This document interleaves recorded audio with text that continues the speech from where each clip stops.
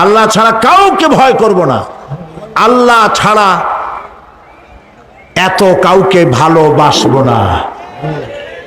সব থেকে ভালোবাসবো কারে? আল্লাহকে। ভয় করব কারে? আল্লাহ পাককে। আল ঈমানু বাইনাল খাউফি ওয়ার রাদা। ঈমান হচ্ছে দুটি জিনিসের মধ্যে, ঈমান এবং আশা। ঈমান এবং আশা, ভয় এবং আশা, ভয় এবং আশা, এই দুইটার মধ্যে হলো ঈমান।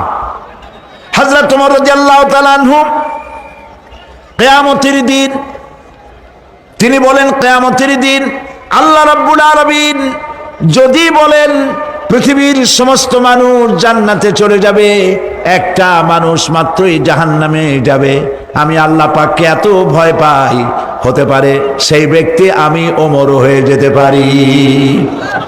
আর যদি কিয়ামতের দিন আল্লাহ রাব্বুল আলামিন বলেন একটি মাত্র মানুষ জান্নাতে যাবে আর সব জাহান্নামে যাবে, আমি আমার আল্লাহকে এত আশা করি, এতই তার উপরে আশা রাখি যে সেই ব্যক্তি আমি ওমর হয়ে যেতে পারি।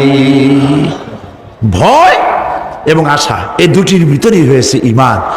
এই ধরনের পৃথিবীতে আল্লাহকে ভয় করে যারা চলবে, যা পাইলো ওর উপরে নিজেকে সীমাবদ্ধ রাখলো, বাড়াইলো না।